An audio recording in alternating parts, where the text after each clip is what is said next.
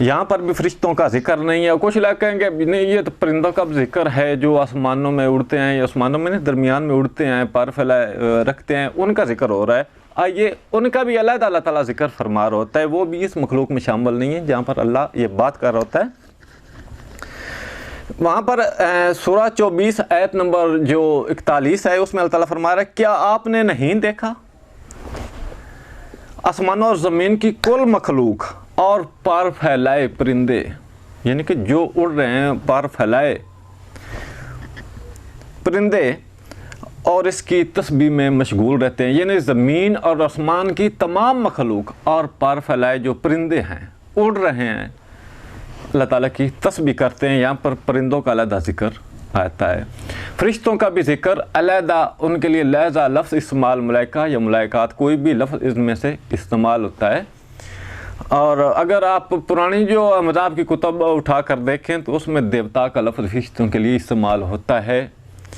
آئیے آگے چلتے ہیں.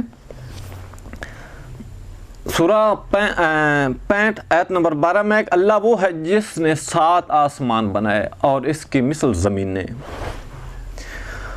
اور اس کا حکم ان کے درمیان نازل ہوتا رہتا ہے, اترتا ہے. یہاں پر بہت سوچنے کی بات ہے, بہت غور و فکر کرنے کی بات ہے کہ اللہ تعالیٰ فرما رہا ہے کہ اللہ وہ ہے جس نے 7 آسمان بنائے اور اس کی مثل زمینیں. ویسے جو زمینہ کا لفظ استعمال ہو رہا ہے یہ 7 سے زیادہ بھی ہو سکتی ہیں, کم بھی ہو سکتی ہیں, لیکن 7 بھی ہو سکتے ہیں کیونکہ مثل بیان کی. لیکن جمع کا جو لفظ آ رہا ہے زمینیں اور بھی ہو سکتا ہے جو ہماری گلیکسی ہے اس میں یہ ایک ہی ہو جہاں پر یہ زندگی ہے, یا جو اربوں اور گلیکسیز دریافت ہو چکی ہیں ان میں بھی زمینیں ہو سکتی ہیں, ان میں بھی مخلوق ہو سکتی ہے. کوئی ضروری نہیں جو ہماری کہکشاؤں میں یہ کہکشاں جو ہے گلیکسیز ہے اس میں ہی موجود ہو. ایسا ہو بھی سکتا ہے اور نہیں بھی ہو سکتا, لیکن سائنس اس بارے میں بالکل لا علمی کا اظہار کر رہی ہوتی ہے, لیکن قرآن یہاں سے حقائق بیان کر رہا ہوتا ہے. اور اس کے بعد آگے جو حکم آتا ہے اللہ جو آسمانوں اور زمین کا اور جو کچھ اس میں اس کے درمیان ہے, یعنی کہ کہکشائیں, سیارے, ستارے اور بھی اس میں بہت کچھ ہے, سب کا پروردگار ہے. لیکن یہاں ایک اور بات ہے, کچھ لوگ غور و فکر نہیں کرتے, پڑھتے چلے جاتے ہیں, لیکن اللہ تعالیٰ جو یہاں کا درمیان کا تذکرہ کر رہا ہوتا ہے یہاں پر مکمل ہر چیز کائنات کی جتنی بھی یہ کہکشائیں زمین اور آسمان کے مابین درمیان میں ان کا ذکر ہو رہتا ہے. باقی جو 6 آسمان ہو سکتا ہے اس کے اوپر ہوں, کہیں اور ہوں, لیکن آسمان کے لیے بھی ایک چیز سمجھنے کے لیے کافی. آسمان ویسے کہا جاتا ہے بلندیوں کو. کچھ لوگ کہتے ہیں جو ہمیں یہ نظر آ رہا ہے بلو کلر کا یہ آسمان, لیکن یہ آسمان نہیں ہے. یہ ہم جانتے ہیں یہ ہماری جو فضا ہے اور مختلف جو گیسز ہیں یہ ہمیں نظر آ رہی ہوتی ہیں. آسمان تک ہماری حد نگاہ موجود نہیں ہے, نہیں پہنچ پاتی ہے کہ آسمان کتنی دور ہے. ویسے آسمان طبق کے لیے کئی طبقات اللہ تعالیٰ نے 7 طبقات بنائے. ایک طبقہ یہ ہے جس میں ہم رہ رہے ہیں, ہماری جو گلیکسی موجود ہے, سورج ہے, اس میں کئی سیارے ہیں, ستارے ہیں, یہ ہے. باقی جو 6 ہیں وہ علیحدہ ہیں.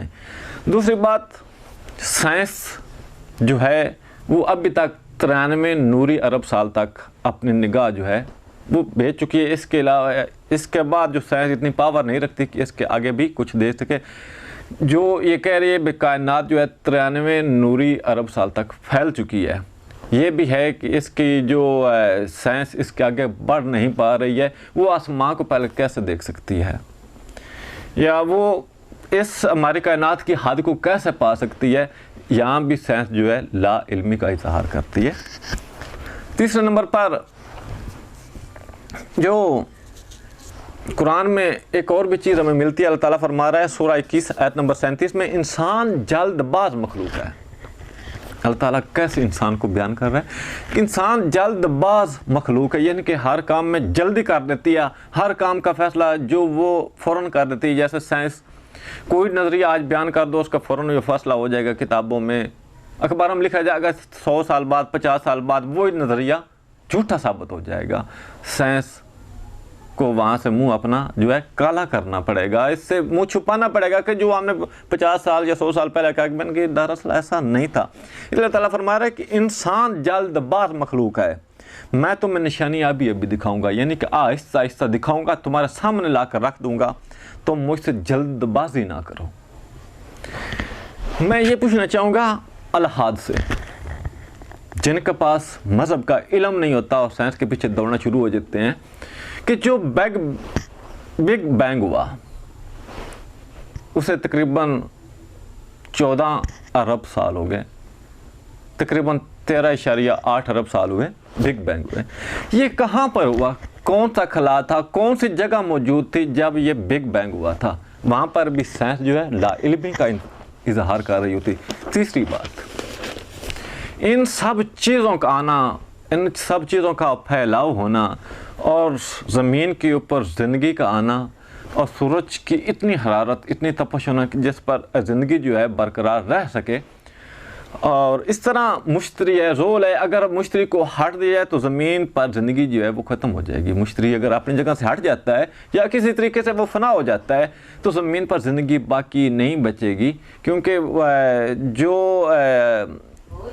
چاند اگر ختم ہو جاتا ہے یا اپنی جگہ سے ہٹ جاتا ہے تو جو آبی مخلوقات ہے جو سمندروں میں رہتی ہے ان کی زندگی بھی ختم ہو جائے گی. آہستہ آہستہ ہماری بھی جو ہے وہ بھی ختم ہو جائے گی, کیونکہ کچھ چیزیں چاند کی وجہ سے, چاند کی روشنی کی وجہ سے موجود ہیں. دوسری بات, کچھ بیلنس رکھنے کے لیے زحل, مشتری, چاند اور اس کے اگر جتنے بھی سیارے ہیں ہماری زمین کو بیلنس کیے ہوئے ہیں. اگر مشتری ہٹ جاتا ہے تو بھی یہاں پر پتھراؤ شروع ہو جائے گا زمین کے اوپر, اور جس سے زندگی کا وجود بالکل ختم ہو جائے گا اور یہ زمین فنا ہو جائے گی, زندگی باقی نہیں رہے گی. اس کے باوجود وہ کہتے ہیں لو جی کائنات خود بخود میں آئی, لیکن ایسا نہیں ہے. یہ سب سے پہلے پلاننگ ہوئی, پوری پلاننگ کے تحت جو زندگی ہے وہ وجود میں آئی.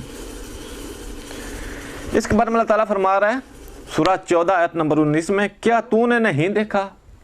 یہ ویسے بیان کر رہا ہے لٹریچر کی زبان میں, کیا انہوں نے نہیں دیکھا, کیا تو نے نہیں دیکھا کہ اللہ تعالیٰ نے آسمانوں اور زمین کو ایک بہترین پلاننگ کے ساتھ پیدا کیا, پلاننگ کے ساتھ بنایا.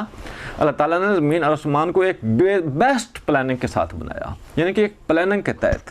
اور اس طرح سورہ کی آیت نمبر 16 میں اللہ تعالیٰ فرما رہا ہے, ہم نے آسمان اور زمین اور ان کے درمیان کی چیزوں کو کھیلتے ہوئے نہیں بنایا, بلکہ ایک اچھی بہترین پلاننگ کے تحت اس کو وجود میں ہم لائے. اس طرح اللہ تعالیٰ ایک اور جگہ فرما رہا ہے کہ ہم نے زمین اور آسمان میں اور ان دونوں کے جو درمیان کی تمام چیزوں کو, یعنی کہ گلیکسی, سیارے, ستارے اور ان کا بیلنس, گریوٹی, جو کچھ شکل ہے, ہر چیز کو ایک بہترین پلاننگ کے ساتھ ایک مدت معین کے لیے پیدا کیا. یہاں پر قیامت کا بھی ذکر ہو رہا ہے, اور سائنس بھی یہاں پر یہی کہہ رہی ہے کہ جس طرح زمین بگ بینگ کے بعد ہر چیز پھیلاؤ کا شکار ہوتی گئی, یعنی کہ دور چلی جا رہی ہے, پھیلاؤ ہو رہا ہے. قرآن میں بھی کئی جگہ اللہ تعالیٰ فرما رہا ہے کہ ہم اس کو مسلسل پھیلاتے چلے جا رہے ہیں اس کائنات کو, اور سائنس بھی آج اس بات کی تصدیق کر چکی ہے کہ واقعی جو کائنات ہے یہ مسلسل پھیل رہی ہے. تو اللہ تعالیٰ فرما رہا ہے کہ ہم نے زمین اور آسمان میں اور ان کے درمیان کی تمام چیزوں کو ایک بیسٹ پلاننگ کے ساتھ ایک مدت معین کے لیے اسے پیدا کیا. پھر بعد میں یہ واپس لوٹ آ کر پھر ایک اکائی پر آ جائے گی. یہ ایک اکائی پر بگ بینگ جو ہے وہ شروع ہوا تھا.